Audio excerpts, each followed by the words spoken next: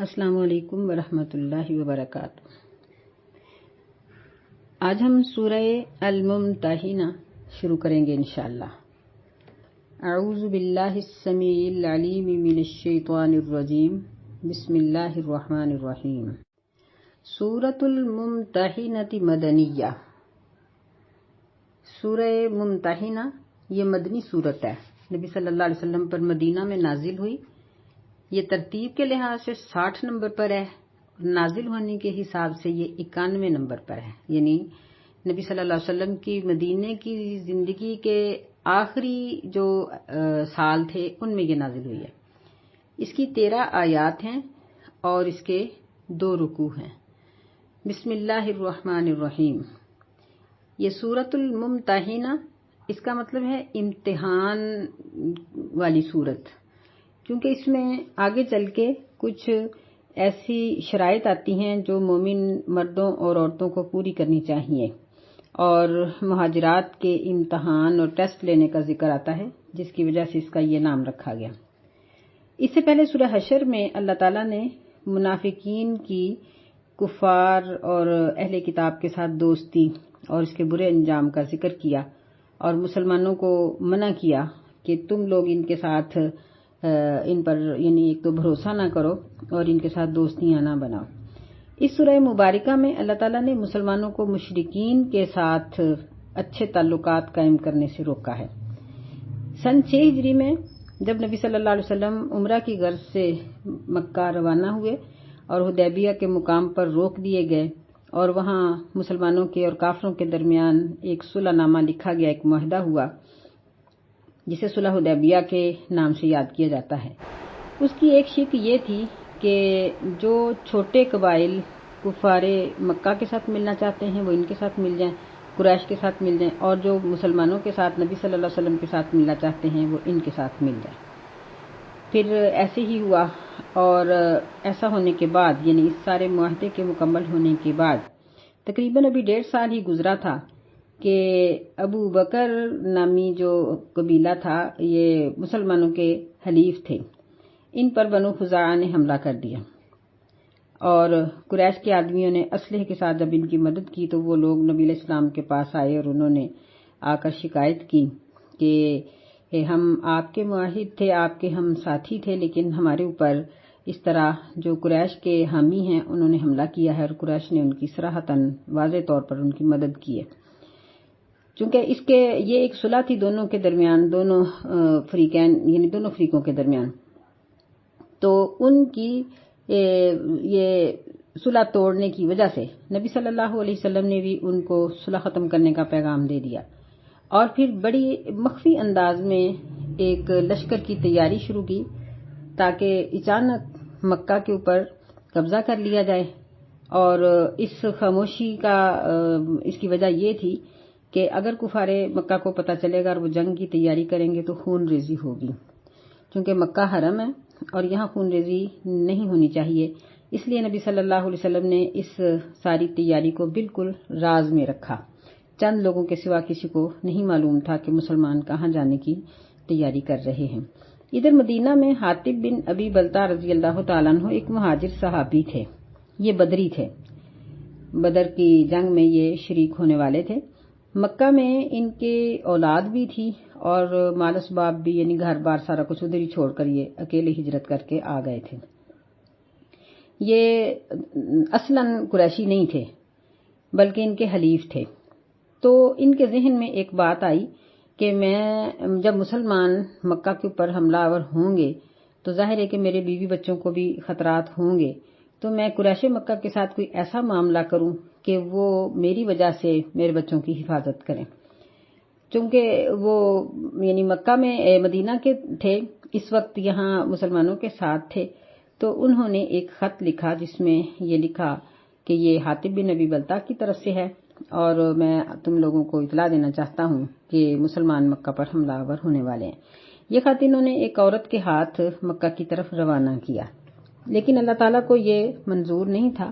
اللہ تعالیٰ کے حکم سے ہی اس ساری تیاری کو مخفی رکھا گیا تھا۔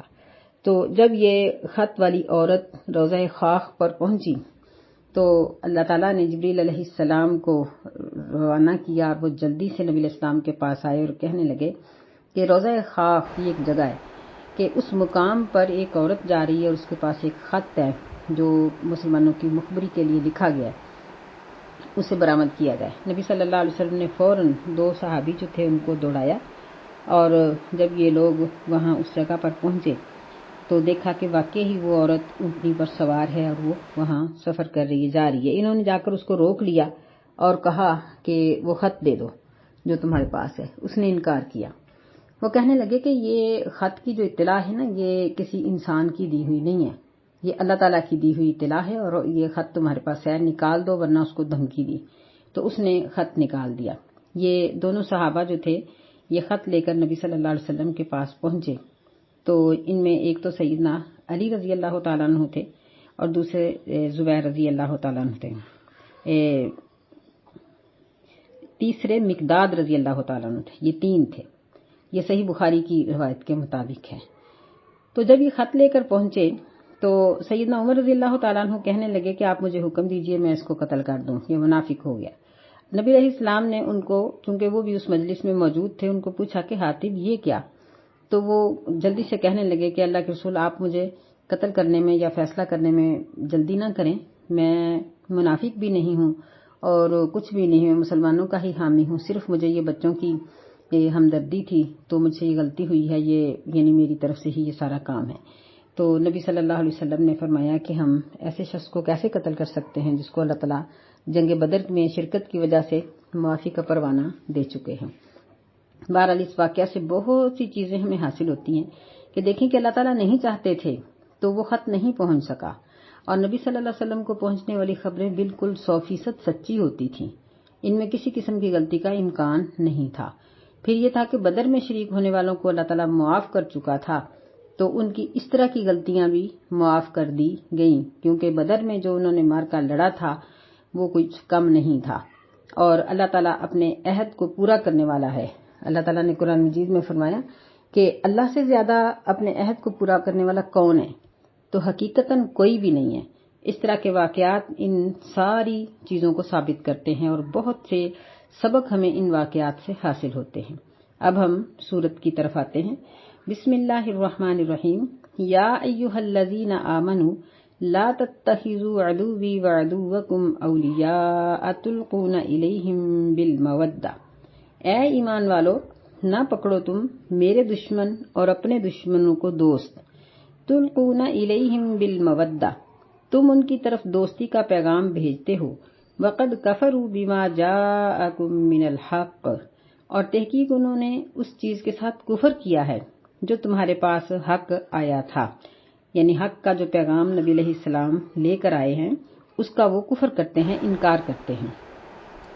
اس میں اللہ تعالیٰ نے ایک تو ایمان والوں کو مخاطب کیا ہے، یعنی اس کا مطلب یہ تھا کہ حاطب بن ابی بلتہ رضی اللہ تعالیٰ عنہ اس غلطی کے باوجود مومن تھے کہ وہ ایمان سے خارج نہیں ہوئے، کیونکہ ان سے یہ غلطی ہو گئی تھی اور انہوں نے فوراً اللہ سے معافی مانگ لی تھی۔ دوسری چیز ہمیں یہ معلوم ہوئی کہ اللہ تعالیٰ نے یہاں یہ نہیں کہا کہ مشرکوں کو، کافروں کو دوست کیوں بناتے ہو، فرمایا کہ میرے اور اپنے دشمنوں کو دوست کیوں بناتے ہو۔ اس کا مطلب یہ ہے کہ جو شخص کافر ہے یا مشرک ہے وہ مسلمان کا ہمدرد کبھی بھی نہیں ہو سکتا، چاہے وہ آج کل کا ہو یا آج سے 100 سال بعد میں آنے والا ہو یا پہلے کا ہو، کہ وہ مسلمان کا دشمن ہی ہوتا ہے۔ تو تیسری بات ہمیں یہاں یہ معلوم ہوئی کہ ایسے لوگوں کے ساتھ دوستی کرنا یہ بالکل غلط ہے، اور یہ ان کے ساتھ دوستی سے روکنے کی ایک بہت بڑی وجہ یہ ہے کہ وہ ہماری کتاب کا انکار کرنے والے ہیں، ہمارے نبی کا انکار کرنے والے ہیں۔ وَقَدْ كَفَرُوا بِمَا جَاءَكُم مِّنَ الْحَقِّ، کہ انہوں نے اس چیز کے ساتھ کفر کیا ہے جو تمہارے پاس حق آیا ہے۔ پانچویں چیز اللہ تعالیٰ یہاں یہ بیان کر رہے ہیں، یخرجون الرسول وإیاکم ان تؤمنوا باللہ ربکم، وہ نکالتے ہیں رسول صلی اللہ علیہ وسلم کو اور تمہیں بھی، یعنی انہوں نے مکہ سے تمہیں نکلنے پر مجبور کر دیا، جس کی وجہ صرف یہ تھی کہ ان تؤمنوا باللہ ربکم، کہ تم اپنے اللہ پر ایمان لا چکے ہو جو تمہارا رب ہے، یعنی صرف اس جرم کی پاداش میں ایمان لانے کی وجہ سے انہوں نے تمہیں مکہ بدر کر دیا۔ تمہارے مال اسباب، تمہاری اولادیں، سب کچھ انہوں نے تم سے چھین لیا۔ یہ 5 باتیں کرنے کے بعد اللہ تعالیٰ مسلمانوں کو کہتے ہیں ان کنتم خرجتم جہادا فی سبیلی وابتغاء مرضاتی، اگر تم جہاد کرنے کے لیے نکلے ہو میرے راستے میں اور میری رضا کو تلاش کرنے کے لیے نکلے ہو، یعنی اگر تمہارا خالصتاً مقصد یہ ہے تو تسرون الیہم بالمودہ، تو چھپ کر بھیجتے ہو تم ان کی طرف دوستی کا پیغام، یعنی اگر تمہارا جہاد میری رضا کے لیے ہے تو پھر یہ پوشیدہ دوستی کیسی؟ اس کا تو کوئی جواز ہی نہیں بنتا۔ وَأَنَا أَعْلَمُ بِمَا أَخْفَيْتُمْ وَمَا أَعْلَنْتُمْ، اور میں بہت اچھی طرح جانتا ہوں جو تم چھپا کر کرتے ہو اور جو تم ظاہری طور پر کرتے ہو۔ تو فرمایا کہ یعنی تم ان کی طرف دوستی کا پیغام بھیجتے ہو اور تم اس دوستی کی وجہ سے چھپ چھپ کر ان کی طرف خبریں بھیجتے ہو، تو میں تمہاری ظاہری اور چھپی ہوئی تمام حالتوں کو جانتا ہوں۔ وَمَن يَفْعَلْهُ مِنكُمْ فَقَدْ ضَلَّ سَوَاءَ السَّبِيلِ، اور جو شخص تم میں سے یہ کام کرے گا پس تحقیق وہ گمراہ ہو گیا سیدھی راہ سے، بھٹک گیا سیدھی راہ سے۔ یعنی یہاں اللہ تعالیٰ نے مسلمانوں کو ڈانٹ کر یہ بات کہی کہ اگر تم میری رضا کی خاطر نکلتے ہو تو پھر ان کی طرف دوستی کا پیغام چھپ چھپ کر بھیجنے کی کیا ضرورت ہے کہ مجھ سے تو کچھ بھی چھپا ہوا نہیں، اور پھر فیصلہ سنا دیا کہ جو ایسا کرے گا وہ سیدھے رستے سے بھٹک جائے گا، یعنی وہ سیدھے رستے پر قائم ہی نہیں رہ سکتا۔ اللہ تعالیٰ نے قرآن مجید میں ایک اور جگہ پر بھی فرمایا کہ اگر تم ان کو دوست بناؤ گے یردوکم علی اعقابکم، تو وہ تمہیں تمہارے دین سے کفر کی طرف پلٹا دیں گے، فتنقلبوا خاسرین، تم دنیا سے گھاٹا پا کر چلے جاؤ گے۔ یعنی دوستی سے کیوں منع کیا گیا؟ اس لیے کہ ان کی دوستی، یعنی اہل کتاب ہوں یا مشرکین ہوں، ان کی دوستی کسی بھی مسلمان کو مسلمان نہیں رہنے دے گی، بلکہ وہ دین سے مرتد کر دیتی ہے۔ فرمایا ان یثقفوکم یکونوا لکم اعداء ویبسطوا الیکم ایدیہم والسنتہم بالسوء، اگر وہ تمہیں پا لیں، یعنی کسی جگہ پر تمہارا اور ان کا آمنا سامنا ہو جائے، یکونوا لکم اعداء، تو وہ تمہارے دشمن ہوں گے۔ یہ اللہ تعالیٰ ان کی مشرکین کی اندرونی کیفیت بیان کر رہے ہیں کہ تم ان سے دوستی بنا رہے ہو، وہ تمہارے حقیقی دشمن ہیں۔ وَيَبْسُطُوا إِلَيْكُمْ أَيْدِيَهُمْ، اور وہ پھیلائیں گے تمہاری طرف اپنے ہاتھ اور اپنی زبانیں برائی کے ساتھ، یعنی تمہیں قتل کرنے میں اور تمہارے اوپر الزام تراشی کرنے میں وہ کوئی بھی کمی باقی نہیں چھوڑیں گے۔ وَأَلْسِنَتَهُمْ بِالسُّوءِ، اپنی زبانوں کو یعنی برا استعمال کریں گے، کیونکہ مسلمان کو گالی گلوچ بھی اچھا نہیں لگتا، مسلمان تانا بھی برداشت نہیں کرتا، تو یہ لوگ سب کچھ کریں گے۔ وَوَدُّوا لَوْ تَكْفُرُونَ، اور وہ پسند کرتے ہیں کہ تم کفر کرو، یعنی ان کی حقیقی پسند یہی ہے، جب تک تم کفر نہیں کرو گے تب تک وہ تمہاری طرف اپنے ہاتھ پھیلاتے رہیں گے، یعنی تمہیں قتل کرتے رہیں گے اور تمہیں اپنی زبان سے بھی برا کہتے رہیں گے حتیٰ کہ تم کفر میں پلٹ جاؤ۔ لَن تَنفَعَكُمْ أَرْحَامُكُمْ وَلَا أَوْلَادُكُمْ يَوْمَ الْقِيَامَةِ، ہرگز نہیں تمہیں نفع دیں گے تمہارے رشتہ دار اور نہ ہی تمہاری اولاد قیامت کے دن۔ یفصل بینکم واللہ بما تعملون بصیر، اللہ تعالیٰ تمہارے درمیان فیصلہ کر دے گا اور اللہ تعالیٰ جو بھی تم عمل کرتے ہو اس کو دیکھنے والا ہے۔ یعنی انسان اپنے مال و اسباب کے لیے بہت سے گناہ کرتا ہے۔ یہ سیدنا حاتب رضی اللہ تعالیٰ عنہ نے بھی اپنی اولاد کی خاطر یہ قدم اٹھایا تھا، تو فرمایا کہ یہ لوگ آخرت میں کام نہیں آئیں گے، بلکہ یہ آخرت میں یفصل بینکم، یعنی اس کا ایک مطلب تو یہ ہے کہ تمہاری اولاد اور تمہارے درمیان ایک فاصلہ ہو جائے گا، جدائی ہو جائے گی کہ کوئی کسی کے کام نہیں آ سکے گا۔ دوسرا اس کا مطلب یہ ہے کہ اللہ تعالیٰ تمہارے درمیان فیصلہ کر دے گا، تمہارے سارے اچھے کام اور برے کام کھول کر تمہیں اس کی سزا اور جزا دے دے گا۔ قَدْ كَانَتْ لَكُمْ أُسْوَةٌ حَسَنَةٌ فِي إِبْرَاهِيمَ وَالَّذِينَ مَعَهُ، یہاں اللہ تعالیٰ نے اولاد اور رشتہ داری کی مناسبت سے سیدنا ابراہیم علیہ السلام کا ذکر کیا۔ فرمایا تحقیق تمہارے لیے اچھا نمونہ ہے ابراہیم علیہ السلام کے بارے میں، والذین معہ، اور ان لوگوں میں جو اس کے ساتھ تھے، اذ قالوا لقومہم، انا براء منکم، جب انہوں نے اپنی قوم کو کہا کہ بے شک ہم تم سے بری ہیں، وَمِمَّا تَعْبُدُونَ مِن دُونِ اللَّهِ، اور ہم ہر اس چیز سے بری ہیں جس کی تم اللہ کے سوا عبادت کرتے ہو، کفرنا بکم وبدا بیننا وبینکم العداوۃ والبغضاء ابدا، ہم نے انکار کر دیا ہے تمہارا، یعنی تمہاری دوستی، تمہاری رشتہ داری کا ہم انکار کرتے ہیں، وبدا بیننا، اور ہمارے اور تمہارے درمیان عداوت، دشمنی ظاہر ہو گئی ہے، اور بغض یعنی ہمارے اور تمہارے درمیان ایک غصے کی آڑ ہے، ہمیشہ کے لیے، ابداً ہمیشہ کے لیے، حتی تؤمنوا باللہ وحدہ، یہاں تک کہ تم ایک اللہ پر ایمان لے آؤ، یعنی ابراہیم علیہ السلام نے اپنا باپ اور اپنا خاندان اور سب کچھ چھوڑ دیا، اور ابراہیم علیہ السلام کے جو ساتھی تھے ان میں سیدنا لوط علیہ السلام تھے، ابراہیم علیہ السلام کی زوجہ محترمہ تھی، کہ انہوں نے اللہ کی خاطر کسی رشتہ داری اور کسی تعلق داری کا خیال نہیں رکھا، الا قول ابراہیم لابیہ لاستغفرن لک وما املک لک من اللہ من شیء، مگر ابراہیم علیہ السلام کا اپنے باپ کو کہنا کہ میں ضرور تیرے لیے بخشش کی دعا کروں گا، اور میں تیرے لیے نہیں اختیار، اللہ تعالیٰ کی طرف سے کسی بھی چیز کو ہٹانے کا اختیار نہیں رکھتا، ربنا علیک توکلنا والیک انبنا والیک المصیر، اے ہمارے رب ہم نے تیرے اوپر ہی توکل کیا ہے اور تیری طرف ہی رجوع کیا ہے اور تیری طرف ہی لوٹ کر آنا ہے۔ سیدنا ابراہیم علیہ السلام جن کو اللہ تعالیٰ نے امامت کا ان کو وعدہ دیا اور فرمایا کہ انی جاعلک للناس اماما، کہ یہ تمام انسانیت کے پیشوا ہیں، امام ہیں یہ، تو اتنا یعنی عظیم ان کا مرتبہ ہے، تو کیوں ان کو یہ مرتبہ ملا؟ اس لیے کہ ان کی قوم اور ان کا خاندان بت پرست تھا، تو ابراہیم علیہ السلام نے اللہ تعالیٰ کی توحید کی وجہ سے ان کی بت پرستی کا انکار کیا، تو ان لوگوں نے ان کو جلانے کی بھی کوشش کی، آگ میں پھینکا گیا، ان کو ظاہر زود و کوب بھی کیا گیا ہوگا، زبان سے بھی انہوں نے جو چاہا کہا، بالآخر ابراہیم علیہ السلام نے وہاں سے ہجرت کر لی، ہجرت کے رستے میں بھی ان کو بہت سی تکلیفیں آئیں اور بھی بہت سی ان پر آزمائشیں آئیں، تو ابراہیم علیہ السلام کے والد نے جب ان کے ساتھ برا سلوک کیا تو ابراہیم علیہ السلام نے جوابی طور پر اس کے ساتھ اپنی زبان بری استعمال نہیں کی، بلکہ اس کے ساتھ وعدہ کیا کہ میں تیرے لیے بخشش کی دعا ضرور کروں گا۔ جب انہوں نے بخشش کی دعا کی اور اللہ تعالیٰ نے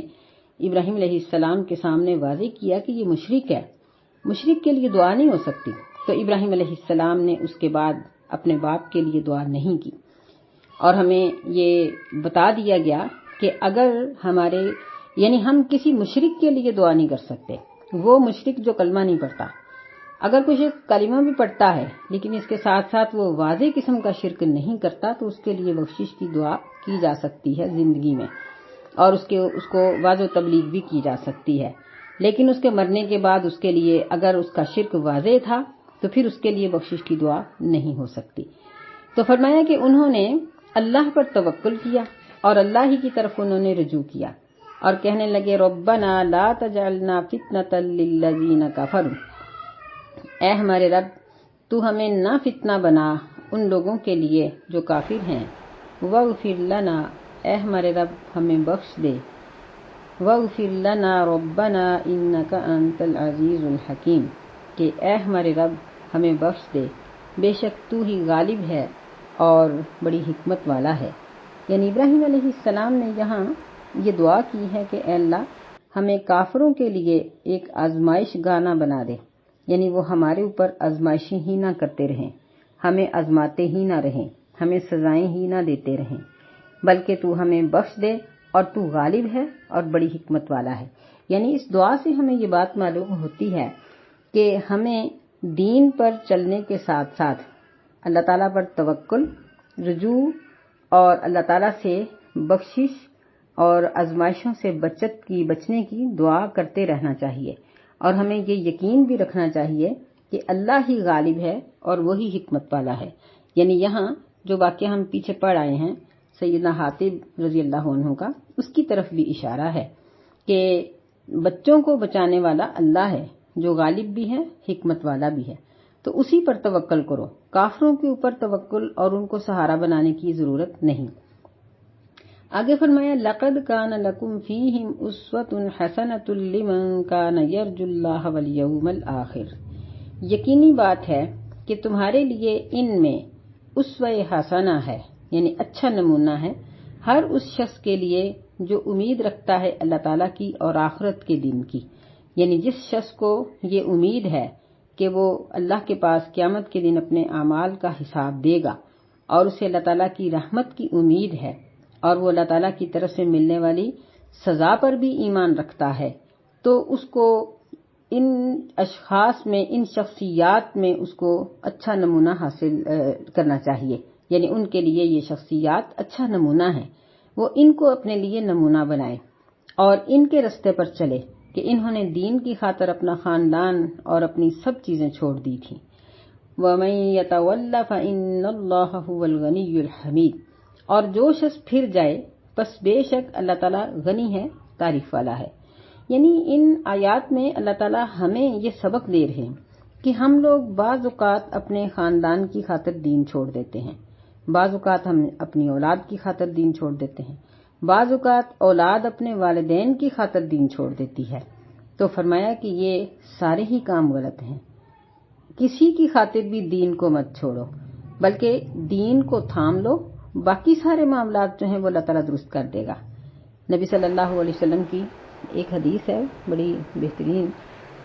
آپ نے فرمایا کہ جو شخص اللہ کو راضی کرنے کے لیے دنیا کے لوگوں کو، رشتہ داروں کو، عزیزوں کو، گھر والوں کو، سب کو ناراض کر لیتا ہے، اللہ تعالیٰ اس کو لوگوں کی تکلیفوں سے اور لوگوں کی طرف سے پہنچنے والی پریشانیوں سے بچا لیتا ہے، اور جو شخص لوگوں کو راضی کرنے کے لیے اللہ کو ناراض کر لیتا ہے تو اللہ تعالیٰ اس کو لوگوں کے حوالے کر دیتے ہیں۔ تو پھر یہ تو ہم جانتے ہیں کہ لوگ کسی کے والی و وارث کہاں تک ہو سکتے ہیں؟ کون ہے جو کسی کو زندگی بھر سہارا دے؟ کوئی بھی نہیں، حتیٰ کہ ماں باپ بھی جب اولاد جوان ہوتی ہے تو وہ منہ موڑ لیتے ہیں کہ ٹھیک ہے اپنا خود ہی کرو۔ تو صرف اللہ ہی ہے جو بندے کو دنیا کی مصیبتوں اور تکلیفوں سے بچا لیتا ہے، اور جب وہ اپنے دین پر مضبوط ہوتا ہے، رہتا ہے، تو پھر وہی رشتہ دار اس کے ساتھ اللہ تعالیٰ ان کے حالات بھی اچھے کر دیتا ہے۔ یہاں میری اس بات کا یہ مطلب ہرگز نہیں ہے کہ ہم اپنے عزیزوں سے، رشتہ داروں سے، دوستوں سے،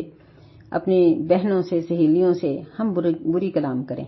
یعنی اگر وہ ہمیں دین سے روکنا شروع کر دیں، یا مثلاً بعض گھرانے ایسے ہوتے ہیں کہ وہاں نماز پڑھنی مشکل ہوتی ہے، پردہ کرنا مشکل ہے، داڑھی رکھنی مشکل ہے، شرافت پر چلنا مشکل ہے، تو وہ یہ نہیں ہے میرا کہنے کا مطلب کہ ہم ان کے ساتھ کوئی اعلان جنگ کر دیں، نہیں، کہ یہ ہم سب مسلمان ہیں، ہم لوگوں کو کوئی حکمت عملی اپنانی چاہیے کہ مثال کے طور پر بعض اوقات یوں ہوتا ہے کہ جس کو روکا جا رہا ہے اگر وہ روکنے والوں کی اچھی خدمت کرے تو ان کے دل بدل جاتے ہیں، یا بعض اوقات یوں ہوتا ہے کہ جس کو روکا جا رہا ہے وہ روکنے والوں کو مالی طور پر مدد دے دے تو ان کے حالات بدل جاتے ہیں، یا اچھی گفتگو کے ساتھ ان کے ساتھ بات کرے تو آہستہ آہستہ ان کی دشمنی دوستی میں بدل جاتی ہے۔ یہی چیز آگے اللہ تعالیٰ ذکر فرما رہے ہیں، فرمایا عسى الله ان يجعل بينكم وبين الذين عاديتم منهم مودة، قریب ہے کہ اللہ تعالیٰ تمہارے اور ان لوگوں کے درمیان عادیتم منہم کہ تمہاری اور ان کی دشمنی ہے، مودہ دوستی بنا دے۔ واللہ قدیر، اللہ تعالیٰ اس بات پر قادر ہے، واللہ غفور الرحیم، اور اللہ بخشنے والا، رحم کرنے والا ہے۔ اب دیکھیں کہ اللہ تعالیٰ کا یہاں حسن کلام اور اس کی حکمت کہ اللہ تعالیٰ یعنی کس خوبصورتی کے ساتھ بات کرتے ہیں، کہ اب ظاہر بات ہے کہ مکے کے لوگ ان کے جو مسلمان ہونے والے مہاجر تھے ان کے رشتہ دار تھے، کسی کے وہ ماں باپ تھے، کسی کے بہن بھائی تھے، کسی کی اولاد وہاں تھی، کسی کے رشتہ دار وہاں تھے، سب ان کے اپنے تھے، خونی رشتے تھے۔ تو اللہ تعالیٰ نے کتنی اچھی بات ان کو کی اور فرمایا کہ تمہارا اگر ان کے ساتھ دوستی کو دل چاہتا ہے، اگر تمہارے جو خونی رشتے ہیں تمہارا خون جوش مارتا ہے تو پریشان نہ ہو جاؤ، اللہ بہت جلدی تمہارے اور ان کے درمیان دوستی پیدا کر دے گا، یعنی وہ مسلمان ہو جائیں گے اور تمہاری دوستی پھر لوٹ آئے گی۔ پھر ایسے ہی ہوا کہ بہت جلدی، اس واقعہ کے بہت جلدی بعد جب مکہ پر نبی صلی اللہ علیہ وسلم نے یعنی وہاں چڑھائی کی اور اس کو آپ نے فتح کر لیا، آپ فاتحانہ انداز میں جب مکہ میں داخل ہوئے تو وہ لوگ جنہوں نے اپنے ایمان چھپا رکھے تھے